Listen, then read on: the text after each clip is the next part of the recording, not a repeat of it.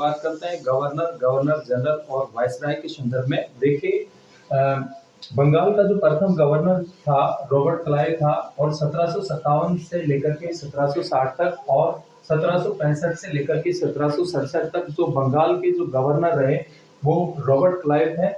इसके बाद में बंगाल का प्रथम गवर्नर जनरल जो बना वारेन हेस्टिंग्स 1773 से लेकर के 1785, और ये जो थे रेगुलेटिंग एक्ट जो 1773 के द्वारा पारित किया गया था उसके अनुसार।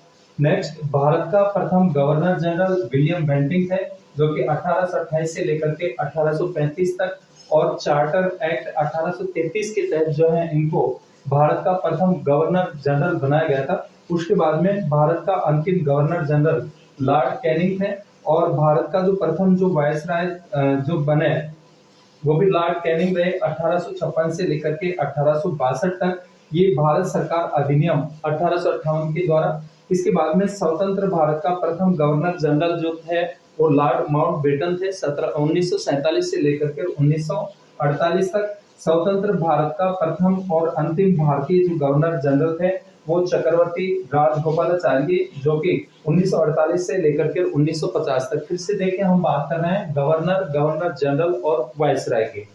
बंगाल का जो प्रथम गवर्नर जनरल जो बने रॉबर्ट क्लाइव, इनका कार्यकाल 1757 से 60 और 1765 से 1767 तक। उसके बाद में बंगाल का जो प्रथम गवर्नर जनरल जो बनाया गया रेगुलेटिंग एक्ट 1773 के अनुसार वारेन हेस्टिंग्स को 1773 से 1785 तक, और भारत का प्रथम गवर्नर जनरल जो बने विलियम बेंटिंक चार्टर एक्ट 1833 के तहत 1828 से लेकर के 1835 तक, और भारत का अंतिम गवर्नर जनरल जो था वो लॉर्ड कैनिंग जो कि 1856 से 1862 तक, और भारत का जो प्रथम वायसराय जो बना भारत सरकार अधिनियम 1858 के द्वारा पारित गवर्नर जनरल को वायसराय बना दिया गया, वो भी लॉर्ड कैनिंग रहे।